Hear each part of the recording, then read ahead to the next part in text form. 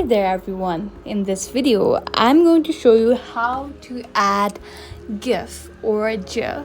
I mean, you can pronounce it both ways, I guess. GIF, GIF, GIF. So yeah, I'm going to show you how to add GIF in your Telegram.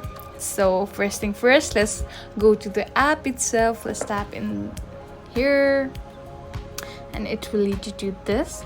So usually we use GIF in order to make the conversation more interesting and fun, whatever. So we're going to learn how to do that today. So let's tap in whichever contact you want to send the GIF to.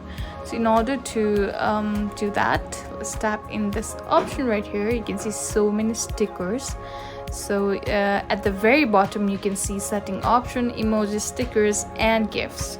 So this is where you have to tap in, and here you can see so many interesting and fun GIFs. So suppose I like Kung Fu Panda, so let's tap in here and it will be sent. So this is how you add GIF or send GIF to your friends. That's it for today's video. I hope this video was helpful, and please do not forget to like, share and subscribe to the channel. Thank you for watching. We'll see you in the next video.